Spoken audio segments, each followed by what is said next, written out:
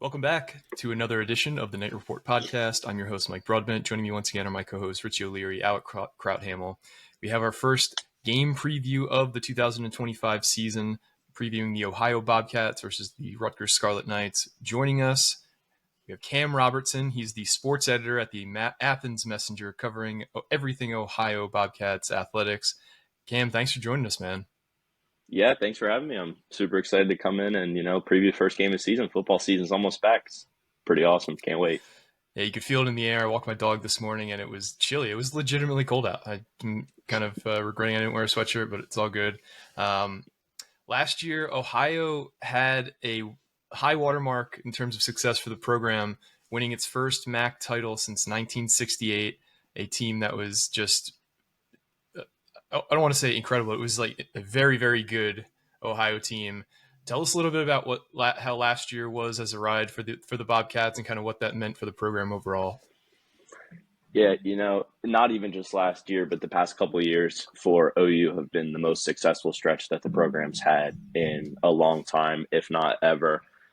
Since Tim Albin took over, that 3-year stretch that he had with the team was highly successful. He just brought a level of culture and offensive success that the team had really kind of been searching for. When Frank Solich was the head coach of the team, there was a lot of consistent success, but they couldn't reach that higher peak. And like you said, it ended up culminating in the first MAC championship game win for the program in the history of the MAC championship game and the first MAC championship since 1968. So the people in Athens have been waiting a long time to see the Bobcats get a victory in the MAC. They finally got one. It was pretty awesome. You go into the year with, I don't want to say a lot of question marks, but the year prior was actually the year that everyone thought, Ohio's actually going to do it this year. They bring all those people back. Curtis Rourke, obviously, was a senior quarterback on that team. He later transferred to Indiana, went to the college football playoff last year. So they missed that opportunity. Expectations were a little lower coming into last year. Nobody was like saying, hey, they're the surefire MAC champs. And they went out and they got it done. I mean, Parker Navarro took this team over. He completely, changed his own trajectory of where his career was going as a guy who was a backup, turned into one of the best quarterbacks in the MAC, if not one of the best quarterbacks across the country. And, it was really fun, successful season last year, but coming into this year with a lot of stuff changed. So expectations are similar, but there's a lot of differences in the program from last year to this year. So we'll see how it goes early on. Yeah, and I'm glad you mentioned that because you guys dealt with change obviously very well. You talked about losing your stud quarterback to Indiana, who led them obviously to the college football playoff, but Parker Navarro picked up just where he left off, and he brought a new element to the offense. Curtis Rourke was more of a drop back passer, whereas Parker Navarro was a true dual threat. So I think that kind of shows the pliability of the coaching staff being able to adapt that from one philosophy to another. But I'd be remiss if I didn't mention our sponsor. I forgot at the beginning. We're sponsored by FanDuel. If you're trying to get a good bet in before the season starts for the NFL, I think there's a couple picks that I would give out right now. The Defensive Rookie of the Year bets. I really like Shamar Stewart and James Pierce. I think both those guys could potentially be breakout defensive ends, and it's all about putting up numbers.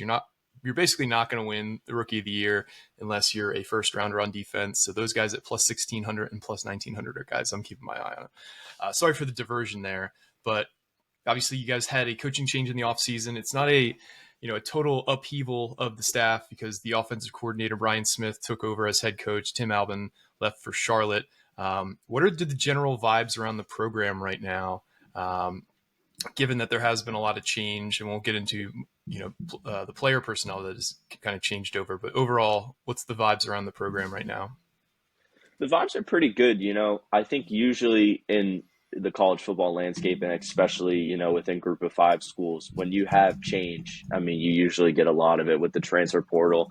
You're usually having a lot of roster turnover. And then when your coaches get poached by somebody that's quote unquote at a higher level, you usually have a lot of change there as well. But with them promoting Brian Smith from within, him being the offensive coordinator last year, a lot of the offense has been guys that have been in this program. So you've got a lot of familiarity with those guys. That kind of takes that next step. Coach Izzy at offensive coordinator, Scott Ipsworthing, He was originally the offensive coordinator before Brian Smith took a step down in role when Coach Smith came in, was working as the quarterbacks coach past couple of years. So he's got a good relationship with Parker Navarro. Obviously, him getting elevated back to offensive coordinator, there's some continuity there. And then John Hauser at the defensive coordinator. He's been in the program these past couple of years. The defense has been a huge calling card for OU and having a lot of their success. He got the promotion to associate head coach, kept the spot at DC, so he stayed on as well. So in terms of coaching staff continuity, there's definitely some new faces, guys like Blair Kavanaugh and at running backs coach and special teams coordinators, just one example. But there's a lot of continuity within the program from what you would normally see from a coaching change. So, across the spring and across the summer, vibes have been high. I mean, once you come off a MAC championship like that, there's an expectation that's set for winning. And especially with the way the program's been over the past 5 or 6 years, there's an expectation to, be the competition in the MAC. You want to set the standard. And I think the belief in this roster is that they can go out and do it all again this season. I want to talk a little bit more about the two coordinators because, I mean, looking at their trajectories, not only have they been with Ohio for a while, they've been in the MAC for a long time as well. Talking about Scott Isfording, I mean, he was at Toledo from 2010 to 2011 as the quarterback coach, and then 2012 and 2013, and then went back to Ohio after being there in 2009. He's been in the MAC for like 20 straight years, actually, now that I think about it. He was with or almost at least. So, I mean, looking at that from that angle, and then also John Hauser, who has plenty of experience in the MAC, was also with Miami of Ohio for a while before Ohio. So I guess what does that kind of do for the team, for guys that have not only coached in the same conference, but been at Ohio itself for a long time, even dating back to Frank Solich? Yeah, there's just something about the MAC that's just a little bit different from the rest of the college football world at times. I mean, how many other conferences are playing on a Tuesday night in November when it's snowing and crazy stuff is happening all over the field? It's just kind of different, right? So to have that sort of continuity, not only within being with Ohio, but just being within the conference, knowing the landscape, knowing kind of how these programs work, it really gives a big advantage to the team, especially when your head coach is a guy who is a West Coast guy. He's come over.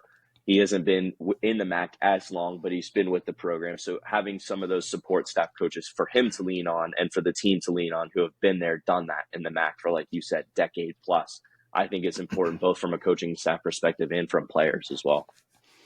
Bradley Weaver. Gotta tell me about him. We just talked to him yesterday for the first time since he's arrived at Rutgers on campus, and it seems like a really cool, chill, down to earth guy. But what can you kind of tell me about him, and like how important was he to last year's squad? I mean, the numbers obviously speak for themselves. Yeah, he's a beast. He is an absolute beast. He was very key to OU's defense last season. The calling card for the Bobcats was that front seven. Linebacker core was really strong, but it really got started up front. And, he was just incredible. He's 6'4", about 260. He's a physical freak off the edge. He was an Ohio guy, grew up not far from where I did, went to Hilliard Darby High School. He's just a really good player. I mean, last year he started every game. I mean, team high 8.5 sacks, I believe. I think he had about 14, 15 tackles for loss. He just caused havoc for other teams' offensive linemen, for other teams' backfields, for other teams' quarterbacks. When you can have a guy like that to set the edge for your team and just culture-wise to help set the standard for you, I mean, it's really important. And to lose him is a very big blow. But to lose, 5 or 6 other of those top guys in that front seven, OU's going to have a big task ahead of them in replacing those guys, and especially replacing Bradley Weaver. They went out and got a lot of guys in the portal.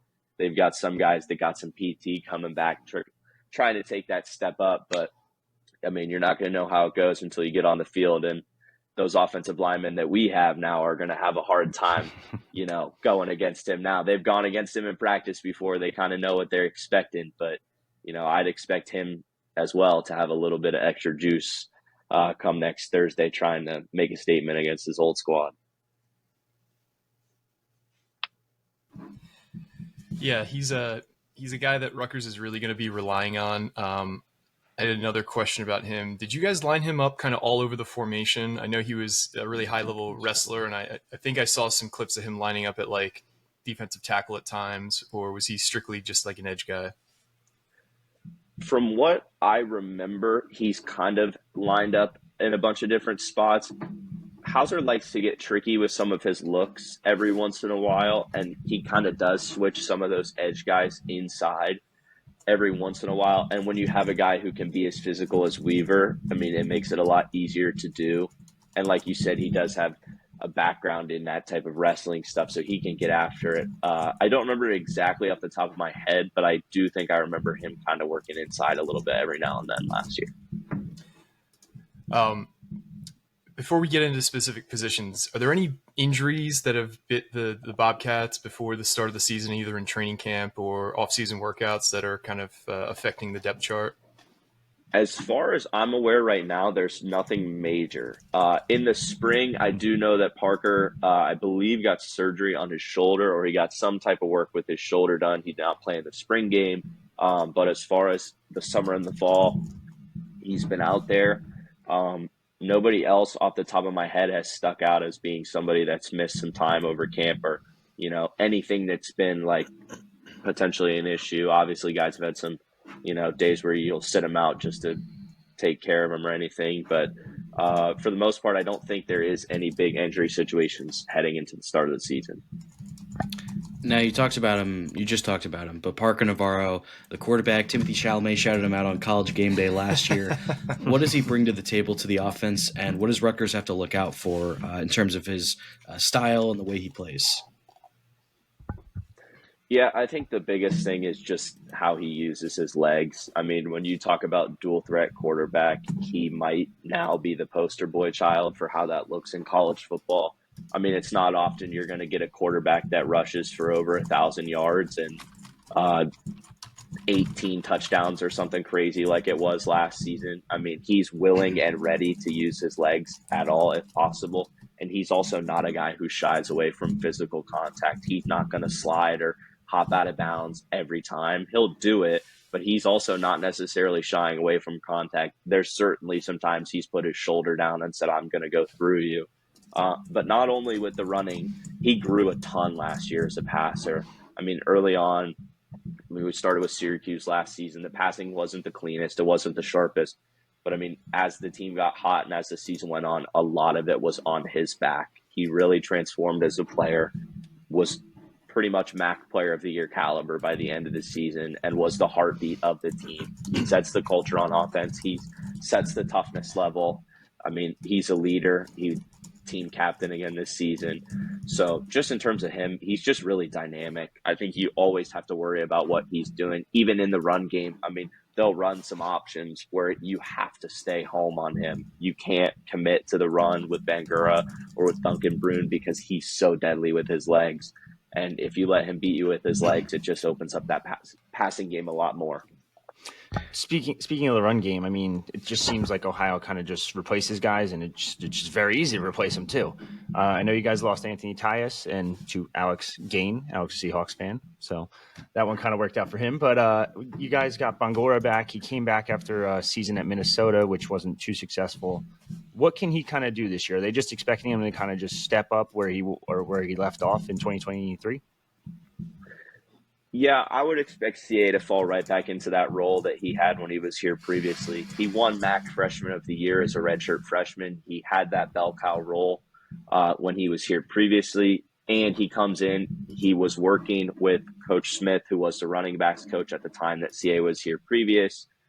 He's got some familiarity with other guys in the offense that have been here for a while. So the reception to him was pretty fun. I mean, people were excited to have him back. They know what he can do as a runner. I mean, he's serviceable in the pass game as well. He's a physical guy. You know, he likes to get in there, muck it up if he has to. Another guy who's not afraid of contact. But another guy I like this year, Duncan Brune. He's an international transfer from Germany. He played in all games last year as a freshman. He'll definitely be someone that can help mix in the running game. I expect him to have some sort of a role, even if CA is the lead guy. Like you said, OU just seems to replace guys. It's even nicer when you can replace a guy with somebody who was here in the past, knows kind of the program, the expectations, the culture, knows how to perform in the MAC. He's been there, done that. And especially when you have a quarterback who can run as well as Parker does. I mean, that's the calling card of the offense is the running game. They're going to try to establish the run. They did it last year. They'll look to do it again.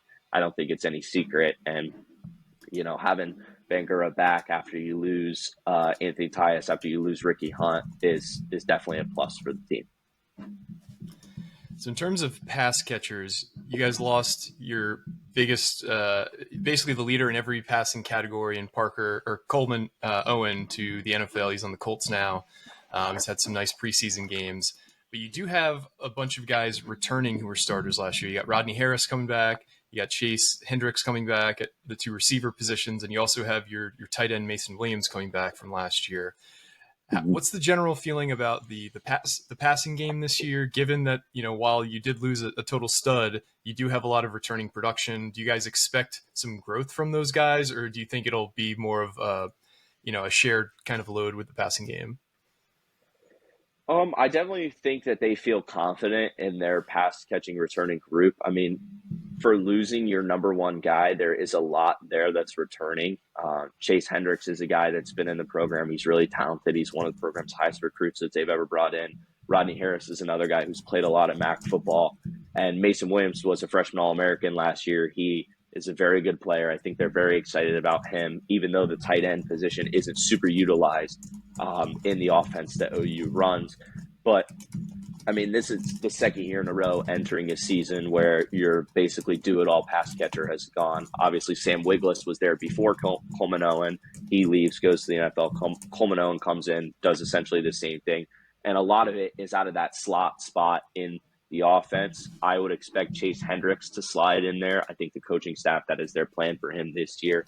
So I would say he's a pretty big breakout candidate for OU this season to kind of slide in and take that role that's been held by Wiglis and been held by Coleman Owen. Rodney Harris on that outside, he's a bigger bodied receiver. He's played a lot of football. He's been a productive guy. And then just in terms of the guys in support as well, you bring back Max Rodarte. He's been in the program, played in all games last year. Bring back Eamon Dennis, who played at Michigan.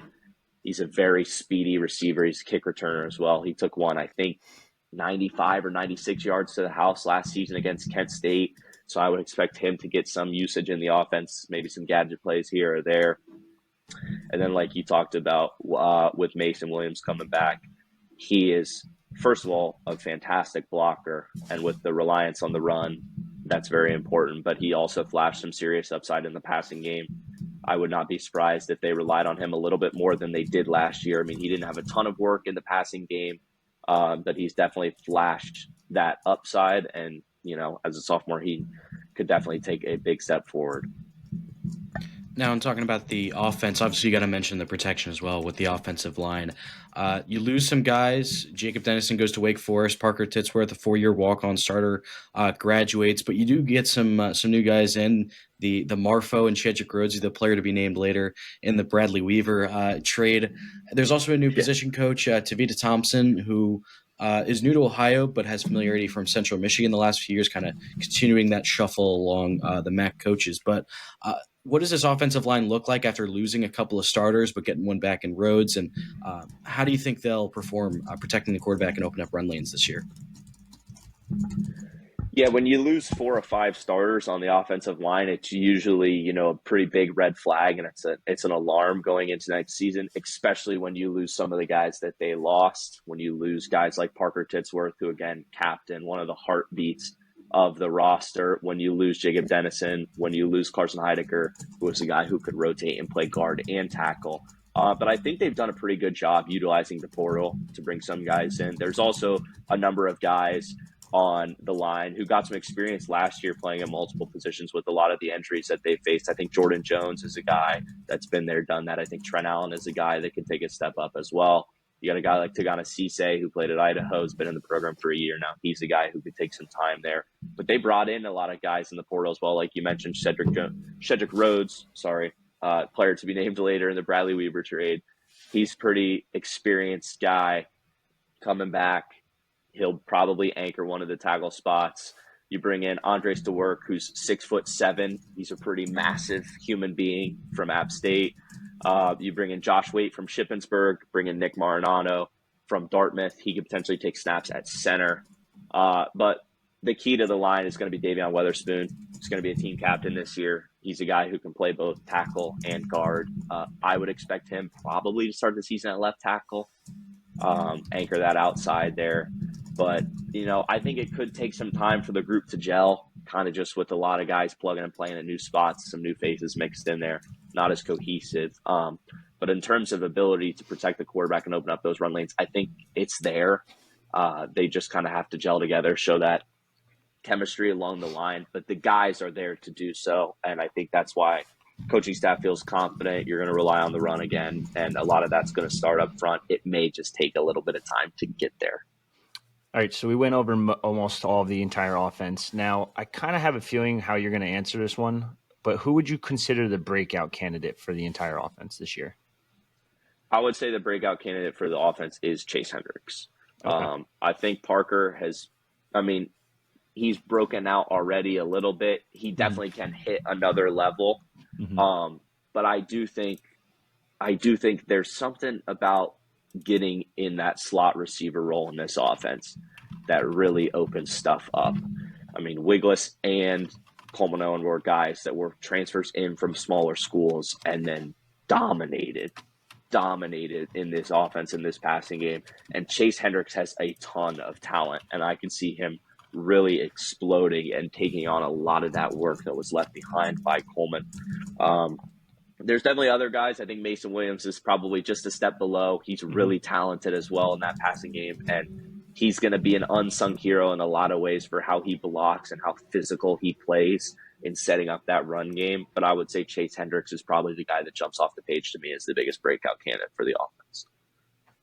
Now, if you were to see some struggles this year from the Ohio offense, what would you point to as the biggest area of concern you have right now in August 21st for this Ohio Bobcats offense? I would say probably the biggest is just pass protection. For a team that doesn't pass all the time and a lot of new faces on the O-line, I think that could be something that isn't necessarily a problem, but it's something that takes a little bit to develop. Again, you're working with guys who have either been there in Witherspoon, guys, Rhodes, a lot of experience, and then some guys who haven't had that starter level stuff with them, Trent Allen, Cam Wright, guys that are looking to take that step up. So just off the front, I think the line could be the weak point. I could be proven very wrong, but in terms of that's the place where you have the least amount of returning production. So I think that's the place that immediately my eyes go to start the season, especially when you start the season with 3 straight games against Power 4 competition and you're facing some pretty stacked front sevens in terms of who you're going up against. I think that could, kind of be a problem. And then in the same terms, kind of that rushing game could get stalled a little bit depending on how the line starts day one. But I feel a little bit more confident in the ability to rush the ball and the ability to give Parker necessarily a clean pocket to get some throws off to start the year. Now, looking to the other side of the ball with the defense, obviously we talked about John Hauser at defensive coordinator. There's plenty of continuity there, but there's some new faces on that defensive line, especially when you're replacing Bradley Weaver. Take us through some of the guys to look out for, especially considering there's a lot of new transfers and guys that are stepping up into new roles. Yeah, there is a lot of new faces. In terms of losing production, I think that front defensive line is pretty much bare from last year. There are guys who return. RJ Keegler's back, Walter Bobb. The biggest one is Casey Seegers. I think he's going to be a guy to look out for on this defense off the edge. He'll probably be, I think, the guy that's the biggest person who takes the step up to replace what was left behind by Weaver. But there are a lot of new faces. Brought in Evan Herman from Vanderbilt, a guy that's played in that SEC level, looking to just kind of take into a bigger role coming in here.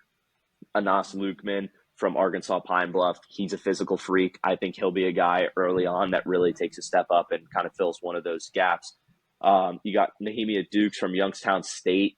He's a guy that can play either on that outside or in that interior a little bit. He's a big guy. I think he can muck it up a little bit down there at the line of scrimmage, kind of make a big deal. Pius Ajugo from Central Michigan. He's a guy that, again, kind of continuing with the theme of that MAC experience for the program. He's a guy who's been there. There's just a lot of new faces. It's going to be really interesting. I couldn't even tell you right now who will be out there on the first series on Thursday night. I think There's been a lot of competition in fall camp. There's probably names written in pencil, not a lot written in pen. I would say Casey Seegers is a guy that I'm really confident in playing a big role this season. And then Lukeman and Herman can probably really get physical on that edge. But there's a lot of unknowns. But there's also a lot of potential there from that group that they did bring in. I think it's pretty exciting to be able to say that you've filled that gap when you lose 6 or 7 of your top guys up there on that defensive line. To be able to replace that production pretty quickly is something you have to do in this era of college football. I think the staff did a pretty good job of addressing it. We just got to see how it translates to the field. Yeah, and it's interesting. Ohio does something similar to Rutgers in that they have multiple coaches along the defensive line. And you have Tremaine Scott, who's the defensive line coach, and then Jeff Phelps, who's the defensive ends coach. Tremaine Scott's been he played for Ohio, and he's been with Ohio for a good amount of time. And Jeff Phelps has led some solid D-lines in Minnesota. How do you feel like that coaching experience is going to help this group kind of come together, especially like you mentioned, there's a lot to replace? Like you said, I think it's good to have coaches that have that experience when you're going into it and merging a new group, both together in that chemistry group, but also, to the program, to the culture. It's guys that are excited. I mean, in practice, those guys, coaching-wise, have stuck out to me as having a lot of enthusiasm, having a lot of juice ready to go, get those guys ready. Just in terms of getting guys ready, I think it's really important. Especially like I mentioned before, when you go up against Rutgers, West Virginia, and Ohio State to start a season, you're going to have those guys ready defensively, and especially up front when you're going up against some big boys that go to Power 4 schools on that line, or guys who have blocked against some of the best pass rushers and D tackles that you'll see in the country. You got to be prepared. I think they'll have them ready to go. I think they'll have them prepared. And I think the team is really ready to hit someone that's not themselves. I think it's, the old football adage, they're just dying to hit someone that's in a different color than them. They want to see something other than green. So I think they'll be ready to go.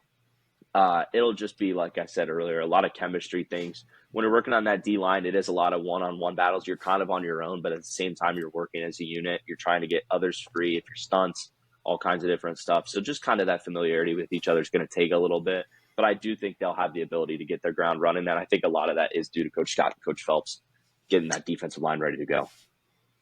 Yeah, I don't think anyone in the country has a tougher start to their schedule than the Bobcats do. If you just look at across the country, at Rutgers versus West Virginia, it was nice getting them to do a home and home with you guys, and at Ohio State, just a brutal stretch. But I kind of wanted to highlight, you were mentioning kind of like the unknown. I was looking into your guys' projected 2 deep and your front 6, because you guys run a 4-2-5 as well. You guys have 356 returning snaps in the 2 deep for the front 6 combined. And that's just guys who played for Ohio last year. Obviously, you got a bunch of experienced transfers coming in. So I think there's a wide variance of what you guys could be up front, but there is something to be said for gelling. And Rutgers is kind of dealing with the same thing, because we might have as many as 4 transfers starting up front as well. So I think it's going to be a very interesting battle along the defensive lines for both teams, because I think we can collectively say we don't really know what to expect from those units, especially early in the season. But just wanted to highlight that. Yeah, I think that's the era of the transfer portal. I mean, especially for a team like Ohio, when you're in the group of 5, you're getting vultured by the teams in the Power 4. They're looking to come and get some of your top talent, like guys like Bradley Weaver. And then when you have a coaching change and you lose some of those guys that follow Coach Albin to Charlotte, most of the linebacker room, I'm sure we'll talk about that in a little bit. But, you're going to have a lot of those guys that you're looking to bring in that have experience playing college football. But like you said, it's all about that gelling in that front group. And I mean, I think they've got the guys. It's just how soon do they all gel together and work as a complete unit? I mean, you said it, linebackers. How the hell did Shea Taylor follow Albin to Charlotte? I need to know, just because he had Rutgers, Virginia Tech, visited West Virginia, Penn State offered, and this man said Charlotte. He loves Coach Albin. That's crazy. That's pretty clear. He loves some of the coaches that went over there with Coach Albin. It was a bit of a surprise to see him go. It looked as if initially he was going to stay, and then he did decide to go. And like you said, turned down some pretty big programs to get in there in Charlotte with Coach Albin. He's I mean, he's a physical guy. He loves to play football. I think he would have been successful wherever he went. It was a bit of a surprise when I did see him go to Charlotte versus some of those places, like you said. But yeah, there's a lot of return. There's a lot of returning production that's not there at the linebacker group. I talked about they lost a lot in the front with the defensive tackles and defensive edges. Linebacker room might be more bare than that, which is hard to say. But when you lose guys like Blake Leak, graduation, you lose Shea Taylor, it's going to hurt. With Stellan Bowen and Parker Starks as well going to Charlotte, guys that, didn't get as much fanfare as Blake Leak and Shea Taylor did. But just there's a lot of stuff that's going to need to be figured out in that linebacker room. That's another one that's in terms of things saying guys are written in pencil. That's another one where I think there's been a lot of competition in fall camp, which I think is really healthy. Spots aren't promised, especially at this level. You got to compete for your spot. And I think guys are excited that there's those ability to fill those spots. There's definitely talent there to fill it. So we'll see how that goes. But yeah, losing Shea Taylor hurts. I don't really have much of an explanation for you as to why he did turn down places like Rutgers and Penn State. It was a little mind-boggling to me as well when I first saw it, but I think it was obvious how much he did enjoy being a part of Coach Albin's program. Some of those position coaches that did go over with him. I mean, the culture was a big thing at OU. It still is a big thing with Coach Smith taking over. That's been a big thing that they've instilled. And the little I've seen from Coach Albin since he's been at Charlotte, that seems to be a big thing he's trying to instill there as well. So, I mean, in terms of thinking about it that way, I think it does make sense that he followed him there. And I would expect Shea Taylor to be just as good in the American as he was in the MAC. Yeah, I mean, as much as a knock as it is for Rutgers and Penn State not to land him, I mean, he visited West Virginia. Still didn't land him. Yeah. It's just crazy. But that is where I thought he was going. Yeah, it's just mind-boggling. But you said there's a lot of question marks about this front seven or front six. How concerned are you about the run defense? Because we obviously know Rutgers is just such a run-heavy offense. Like, we're talking 65% of the time they're running it up the gut. Yeah. I would say there is a level of concern because not only, like you said, does Rutgers run the ball a lot, but OU, their defensive identity is to stop the run, to be really good at the point of attack. That's been the calling card of Hauser's defense. I believe last year they were 10-0, holding teams under 4 yards a carry or 4.2, something around there. So when they stop the run, they experience success. They're a pretty good roster at doing that in the past. Now there's a lot of change in that front six. So there is definitely a level of concern heading into the season, especially starting against a team whose calling card is the run. But I do think that's something that staff is going to have them prepared for. I do think that is something that they know going in game plan wise is going to be something they key in on. And I do think that they're also not afraid to move some of the guys in the secondary in a little bit. The guy that sticks out to me is Adonis Williams. He's a physical freak. They definitely could roam him in kind of into that box as like a pseudo linebacker and kind of use that to help stop the run. I would not be surprised to see any sort of moves like that at all from Hauser come next Thursday. But it's definitely probably my biggest concern for the team heading into Thursday night is that run defense and how it's going to stack up against a power forward competition level with Rutgers and just all those fresh new faces coming in and playing their first game all together. We mentioned Adonis Williams. Let's talk about the secondary. We talked about how the front six is lacking experience and a lot of new faces. The secondary is the complete opposite. You guys return a ton of experience back there. 2 of your 14 captains are in the secondary, and Adonis Williams, who is a 2-time captain, and DJ Walker is a sophomore captain, which you don't see often. Tank Pearson returning at corner. You've got a transfer coming in Ricky Hyatt, who's expected to start, coming in from South Alabama. And then Michael Mack, while he wasn't a full-time starter last year, he played a ton of snaps. Just talk about the secondary, who stands out from the group and just kind of overall the talent level back there. Yeah, I would say that's going to be the linchpin in this defense in terms of they're the most productive. You've got the leaders back there. It's going to start and end with the secondary. If they hold up, then it makes it a lot easier for the focus to go back on stopping that rush. And I think that's what's allowed Coach Hauser to build such great units stopping the run is because he trusts his secondary back there DJ Walker, like you said, sophomore captain, is pretty nuts. You don't see that very often. He's a really good player. He's a really good dude. He's a really good leader. I mean, he's huge to have that guy back and be as productive as he is as a sophomore. Adonis Williams is a guy who's been in this program for a while. He's a really good leader, physical. He's just a very physical player. He's not afraid to hit you hard. He's not afraid to play really good coverage. Tank Pearson, a dude who's produced at the MAC level time and time again. Having him back is really good. Michael Mack, like you said, not a full-time starter, but another dude who you can trust out there in coverage who's been able to produce at the MAC level. And then you bring in a guy like Ricky Hyatt. I went to high school with Ricky. He's an athletic freak. Yeah, I've known him for a while. He's an athletic freak. He's spent time at Kentucky and South Alabama. So, I mean, he's seen some high-level competition when he was at Kentucky as a young guy. He played and earned his stripes at South Alabama a lot. He'll come in, and especially running that 4-2-5, he's going to be, I think, a pretty important piece in that secondary as a guy who can kind of be a traditional corner, can kind of move out there to safety, and can also play a lot of nickel, which is going to see a lot of in Hauser's defense. So I think having guys that are veterans and having that experience in that secondary is super important for this defense, given all the fresh faces in that front six. I think they're going to trust and rely on them a lot to just be able to take care of their job so they can put more importance on, getting to the quarterback and stopping that run because you can trust the guys back there that you have in coverage. I think that's honestly going to be super important given the start of the season, and just it would be a lot different if you have a lot of unknowns everywhere. But when you've got those guys that you can trust, I think it makes you feel a lot more comfortable heading into the season with some of the question marks that there are on the defensive side of the ball. And talking about the unit as a whole, I mean, you can correct me if I'm wrong, but it seems like, at least in the front six, they're trying to rebuild this unit using a lot of physicality and physical traits to look out for guys. So, and then you talk about the secondary being more established. Is there someone that you think has a clearest path to having a breakout year on the defense this year?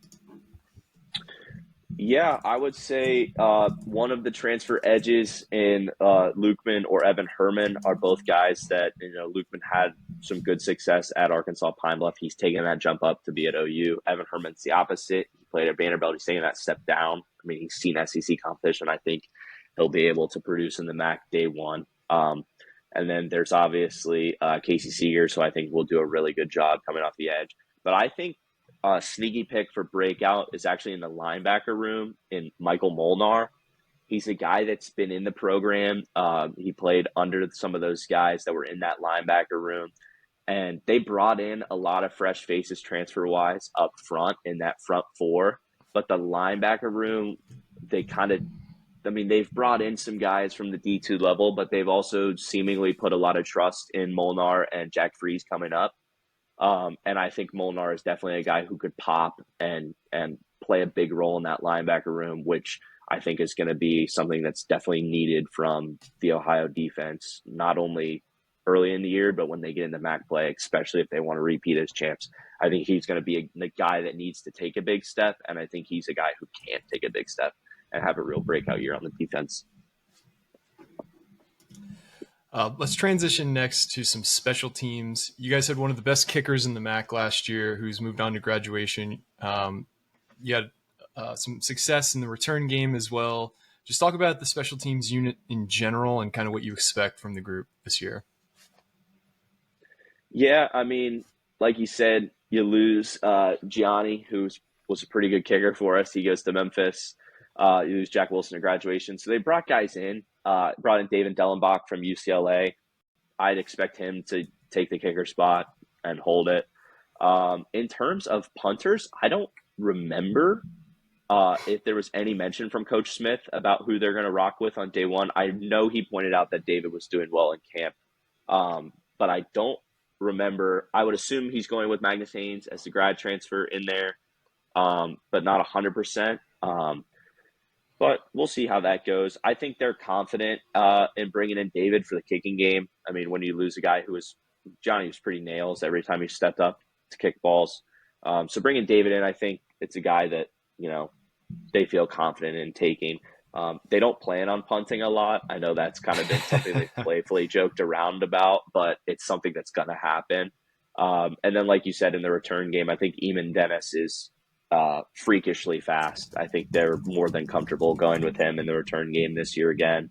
And I wouldn't be surprised at all to see him take one to the house like he did against Kent State again this season. So when you say they don't plan to punt a lot, is that some combination of they think the offense is going to be good and they are very aggressive on fourth down? It's a bit of that as well. And I think last year they were very successful on third down. They do a good job at getting themselves into third down situations where they can more easily convert. They don't find themselves in a ton of third and long situations because of how they utilize the run. And if they do find themselves in, a 3rd and 6 to a 3rd and 8 position, Parker is able to flip that switch and scramble, pick it up. And again, as a guy who's not super afraid of that contact, he's not just going to dip out a couple yards early to avoid the hit. He's going to fight to earn those extra yards. Nate, I'm assuming you'd hear that from a lot of coaches. We don't want to punt a lot. They're definitely going to. There will be times that the offense gets, a little time to get started up. It's very possible that could happen on Thursday, but with a lot of returning production, I just feel like they're going into the year pretty confident with what they have on offense. And if that line comes together as quickly as I think they believe it can, then the offense is going to be a huge proponent of pushing this team forward and reaching what they believe they can reach in terms of goals and success. Reggie, I think you're muted, brother. That would be true. So I know we're going to get to predictions in a second, but I wanted to ask you, and I ask everyone about this, what's the NIL like at Ohio? Because you mentioned before that you kind of thought they might keep Shea Taylor, which tells me that they have to have something in the bank. Yeah, in terms of the NIL, I don't know a lot of the inner workings that they do have, but they definitely have something because they don't lose everybody. I think part of that is a culture thing. And then part of that is that there is at least some sort of incentive to keep these players with the program. I was honestly in terms of nowadays, I would have expected Parker Navarro to leave. I didn't ever actually expect him to depart the program. I figured he was probably coming back for another year. But from an outsider's perspective, I do think he would have been a guy that you think potentially leaves, especially after you saw Curtis leave the year before for a team like Indiana. But I don't know exactly what is there, but there is enough there to keep guys because they keep more guys than they should. They definitely lose a lot, but the staff has been pretty good at player retention in this era of the transfer portal, and they also do a really good job at bringing guys in as well. So in terms of the actual specifics, I don't know that, but I do know that there's at least something there to keep these guys competing in Athens. Now, do you know anything about the revenue sharing? I'm just curious if Ohio's going all in on the $20.5 million or anything like that. I know you might not know, and the AD might not have even said, or new AD, I guess, interim AD. Yeah, as far as that, athletic director Julie Cromer taking the job at LSU. There's currently in the search for a new athletic director. I'm not sure how the revenue sharing numbers are working, but there's definitely an emphasis on football. I mean, we've had success in basketball as well, but OU, there's a history of success in football. We've been a successful program in the MAC for a long time. People love football in Athens. Peden Stadium is always pretty full. It's always pretty rocking. So, I would expect the emphasis to be on football for a long time. I don't think that's going to change in this NIL era and this crazy money transfer portal world that college sports is right now. I don't know the exact numbers of any revenue sharing from the conference and everything moving forward, but I do think there's going to be a lot of emphasis from the school on keeping the football team competitive. And Julie Cromer taking Kelly Zinn's role as the new athletic director at Rutgers down at LSU. So I guess you could blame Rutgers for that, and even maybe it gives Ohio a little bit of a boost in the game for the athletic director. But now we get to the fun part, and that's predictions. So I guess how do we want to do this order? I guess I'll go first with predictions, or whatever. Let's let Cam go first, so he's not influenced by what we have to say. the line of our sponsor FanDuel has kind of crept up over the course of the offseason. It started at a 10.5 point line, has grown to 14.5, which I'm a little surprised by. But Cam, how do you think this game plays out, and what's your prediction for the game? I think this game will predicate on pretty much one thing, and it's something that we've talked about, and it's going to be the run game. Rutgers runs the ball a lot. They put a lot of emphasis on running the ball. Same thing for Ohio.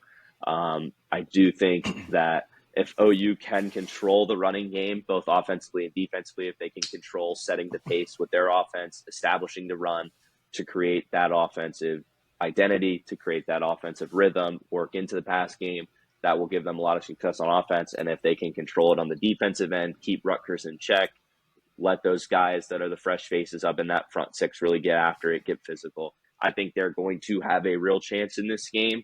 But in terms of prediction, I do think Rutgers is going to win the game. I think it's a really tough start for an OU team that has a lot of fresh faces, but I do think it's going to be a really competitive game. Do you want a score prediction from me? Yeah, if you got one. Okay. I would think it's about 31-23, 31-20, kind of in that area where Rutgers wins by about a score, 10 points. I think OU has enough offensive firepower and has enough confidence in their offense to keep it somewhat close and competitive throughout the game and to give Rutgers a real scare. I'm just not as fully confident defensively in some of those fresh faces to be able to work against a competitive and pretty talent-loaded Power 4 team on the road on a Thursday night to start the season. All right, Alec, I'll let you go next. All right, yeah, I'm kind of in a similar state of mind for. I think this is going to be definitely a competitive game to start out. I'm going to say around like 34-17, but it's going to be a lot closer of a 34-17 game than it looks on the final score. I think the first half is going to be pretty competitive. Things are still going to be kind of shaking themselves out in terms of Rutgers, in terms of some of their position battles and things like that. So I'm going to say it's a pretty close game in the first half. I'll even say maybe Ohio has a lead for a little bit in like the second quarter or something. But I think Rutgers ultimately last time maybe they get like a late score to make it look not as close as the game really was. But I think this is definitely a game that Rutgers absolutely cannot get caught sleeping. There have been a lot of complimentary talks about the offense and things like that. I think they actually have to show it too. They can't just come out and hope and rest on their laurels and hope that all the talk about the offense can carry them to a victory. This is going to be a tough game, I think, to open the season. But I think Rutgers does eventually outlast with their offensive line in the trenches, and I'm going to say 34-17, but a closer 34-17 than it looks. All right, Rich, what do you think? My brain's telling me mobile quarterback always gives Greg Schiano fits. It's Rutgers. Somehow they always are tied or up by like 3 points at halftime against these teams. So I want to say like I'm going to say 35-21, but I think it's like Alex said, it's going to be close. It's going to be really close at that first half, and then that's when Rutgers opens the gates. That Rutgers offense this year is probably the best Rutgers offense since 2009, I would say. And that was when and I'm not saying they're going to win 9 games like they did in 2009. It's totally different conference, totally different level. I just think this offense has so many capabilities, and it's not just a run game now. They have a passing game for a change, and we haven't seen this from Rutgers probably since 2009. It's just the wide receiving core is really good. The offensive line, despite just losing Ryder Langsdale, is really good. The run game continues to not miss a beat. Ethan Kaliakmanis is the best quarterback in over a decade since Gary Nova. I just think that they're going to give Ohio fits. Meanwhile, I do think the Ohio offense will still give Rutgers defense some fits because we know this Rutgers defense, like the Ohio defense, is also very new up front, and not just up front, I guess all across the board. So I think that Ohio will score a couple points early. I think Parker Navarro is a dog, and he'll find a way to get into the end zone. But I think when it comes to it's all said and done, that it's just going to be Rutgers pulling away in the end. Yeah, I'm going to kind of toe the line here as well. I don't think it's going to be a blowout by any means. I think, like you guys have mentioned, Parker Navarro is the kind of player that should scare the shit out of every Rutgers fan in attendance because we've seen year over year, time after time, Greg Schiano led defenses, like while they are typically very good, that is the kryptonite, is the guy who can truly be a dual threat. And that is what Parker Navarro is. He's going to frustrate us. He's going to I guarantee he converts like a 3rd and 13 with his legs, and the whole stadium has the air sucked out of it in the first quarter, maybe on the first drive even. So I think the common thread that you guys have said though is you expect some points. FanDuel has this this over under at 46.5. Cam, you had 31-23, well over. Alec, you had 34-17, well over. Richie, you had 35-21, well over. I'm also gonna creep on the over here, even though I think both teams will be primarily utilizing the run, trying to take advantage of some kind of TBD defensive lines on both sides. But I think we see some big plays from both offenses. I'm going to go with 30 to 20. Why not? Rutgers takes this one, but it is a close game, and it is one that I think all Rutgers fans in the stadium at one point have about like a pinhole type pucker on their buttholes, because they didn't expect this game to go the way that it did at one point. We were going so good. We were going so good, but you got to take us off the rails here. I'm sorry. So 30-20 is my prediction. I think we're all kind of similarly thinking how this game's going to go, and which means it's going to go in the total opposite direction, whatever that is. Richie, I think you got another question for Cam before we let him go. Cam, this has nothing to do at all with this game. I just have a question about all the Duke stuff. Are you a huge Duke fan? Like, I see Grant Hill, I see John Shire, I see future Rutgers basketball coach Bobby Hurley. So my dad is a massive Duke basketball fan. My full name is Cameron, and it is because of Cameron Indoor Stadium. Wow. My middle name was quite literally almost indoor. It got that deep. This entire room that I'm in is covered in Duke stuff. There's a Sports Illustrated cover from all 5 national championships behind me. There's 2 more over on the other side there. Very cool. That is why there is. And I would be very happy for Rutgers basketball if Bobby Hurley was their future head coach. I don't know if Rutgers fans can say the same. Yeah. I don't think Rutgers fans would say the same. All right, Cam, you've been very gracious with your time. We really appreciate you coming on. Tell the Rutgers fans where they can find your work and where they can find you on social media.